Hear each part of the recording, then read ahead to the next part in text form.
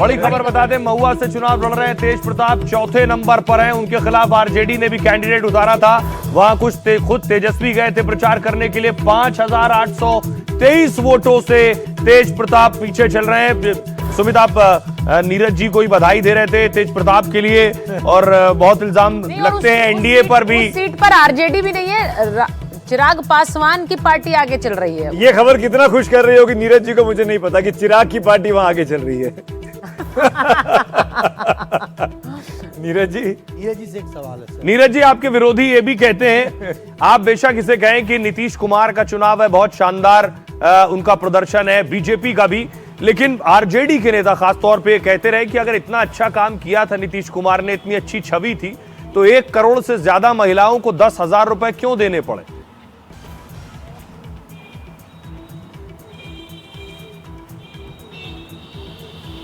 इसी मानसिकता होती है।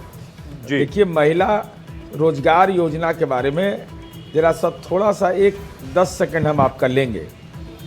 परसेप्शन वाइज नीतीश कुमार जी के महिलाएं सकारात्मक रहती थी, पॉजिटिव। वो कास्ट और रिलीजन में बढ़ती थी, लेकिन बहुत लिमिट।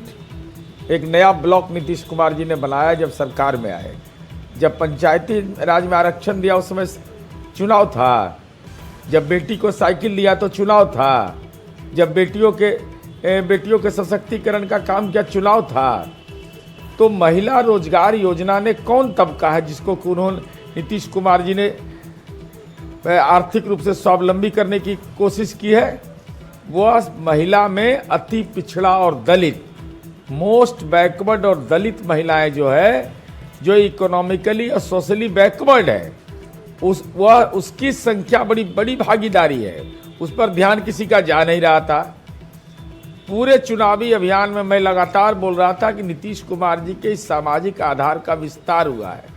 एक नया सामाजिक आधार ये बना है, और ये गौरतलब है कि आप देखिए, आप लोग भी बड़े पत्रकार हैं, बहुत दिनों से चुनाव कवर कर रहे हैं। वो महिलाएं बोल रही थी कि विकास के नाम पर वोट करेंगे। अब क्या क्या आरोप लगा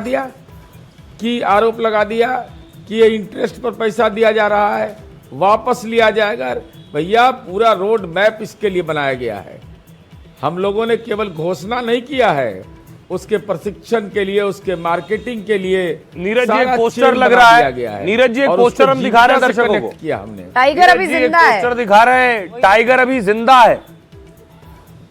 ये पोस्टर आपके दफ्तर के बाहर लग रहे हैं। वहां पर जश्न की तैयारियां हो गई हैं नीरज जी। और नीतीश बाबू कब तक नजर आएंगे हमें आज? नहीं, देखिए, कोई लव करे या हेट करे, नीतीश कुमार जी को इग्नोर कोई नहीं कर सकता है। एक सवाल ये मूल मंत्र है जनता दल यू का। जब चुनाव शुरू हुआ था नीरज जी, तो ये कहा गया कि ये चुनाव मिलेनियल्स का चुनाव है, जेन जी का चुनाव है। इसमें पीके हैं, इसमें चिराग हैं, इसमें तेजस्वी हैं, इसमें सम्राट चौधरी हैं, सब 40-50 साल की उम्र के आसपास के लोग।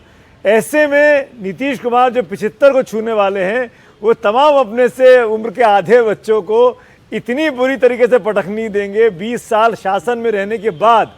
ये तो वाकई में आप इतिहास लिख रहे हैं। इसके लिए आप सब बधाई के पात्र हैं। नहीं, बिल्कुल धन्यवाद आपको इस बात के लिए, आभार। देखिए, नीतीश कुमार जी, आप बिहार की राजनीति में एक नीतीश कुमार जी ने मानक स्थापित किया इंटीग्रिटी का। भाई, ये सवाल है कि नीतीश कुमार जी के सामने कौन व्यक्ति खड़ा है और उसकी क्रेडिबिलिटी क्या है, बिल्कुल उसकी इंटीग्रिटी क्या है।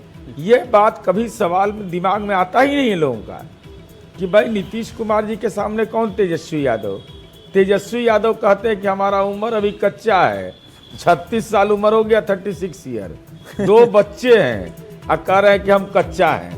तो पब्लिक को लगता है कि भाई अब तो ये चचा के उम्र के हो गए हैं, तब पर भी कह रहे हैं कच्चे। आपके इस शानदार प्रदर्शन ने नीरज जी लेफ्ट पार्टियों का सुपड़ा साफ कर दिया इस बार। ये भी अपडेट करता जा रहा हूं, ब्रेकिंग न्यूज चल रही है। सीपीआईएमएल को 11 सीटों पे नुकसान हो रहा है, केवल 1 पर वो आगे चल रही है, और ज्यादातर जगहों पर आपकी पार्टी को, आपके गठबंधन को फायदा हो रहा है उन जगहों पर। नहीं, देखिए, मैं इसको फिर दूसरे परिप्रेक्ष्य में कह रहा हूँ। नीतीश कुमार जी का जो 118 नरसंहार का बिहार में मिला था, नीतीश कुमार जी के पास कोई जादुई छड़ी नहीं था। पंचायती राज में आरक्षण और कानून के राज ने नक्सलवाद के सामाजिक आधार को ध्वस्त कर दिया।